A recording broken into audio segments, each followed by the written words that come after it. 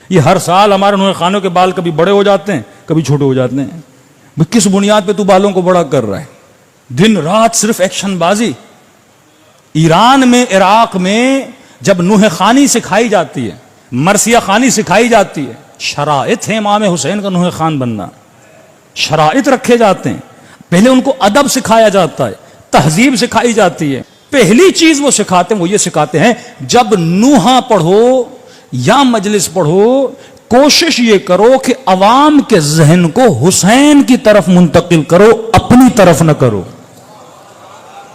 پہلی شرط کسی نوح خان کے لیے، پہلی شرط کسی ذاکر کے لیے رکھی جاتی ہے.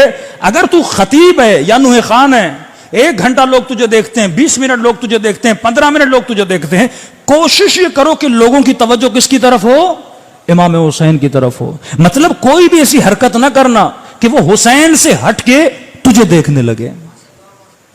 اب ایسی چیزیں بندہ پہن کر آئے، ایسے کپڑے پہن کے آئے، کبھی ایکشن بازی ادھر کبھی ایکشن بازی ادھر. اب وہ جوان اسی کو دیکھتا رہتا ہے، کیا بہترین ایکٹنگ کر رہا ہے، کیا انداز بیاں ہے. ساری توجہ کس کی طرف ہوتی ہے؟ اس نوح خان کی طرف ہوتی ہے. یہ میں آپ کو رپورٹ دے رہا ہوں، اندر کی باتیں بتا رہا ہوں. 40,000 روپے ایک نوح خان نے خرچہ کیا بالوں کو سیدھا کرنے کے لیے. اب جو شادی شدہ ہیں ان کو پتا ہے بیویاں کس چیز کے لیے پیسے مانگتی ہیں. کبھی بیوٹی پارلر پہ جانا ہے، بالوں کو سیدھا کروانا ہے، خود سیدھا نہیں ہونا. ہاں وہ مجھے انگلش میں نیم نہیں آ رہا، کیا بولتے ہیں جو بالوں کو سیدھا کراتے ہیں؟ کیا بولتے ہیں؟ سب کو پتا ہے ماشاءاللہ.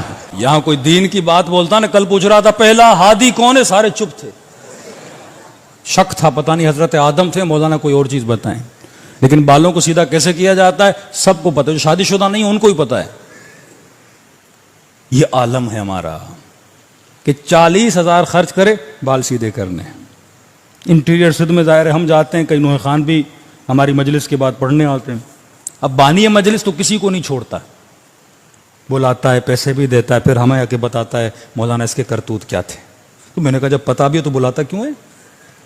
کہیں مجمع آتا ہے نا مولانا، ہم کون سا اس کو اس کی وجہ سے بلاتے ہیں، مجمع کی وجہ سے بلاتے ہیں.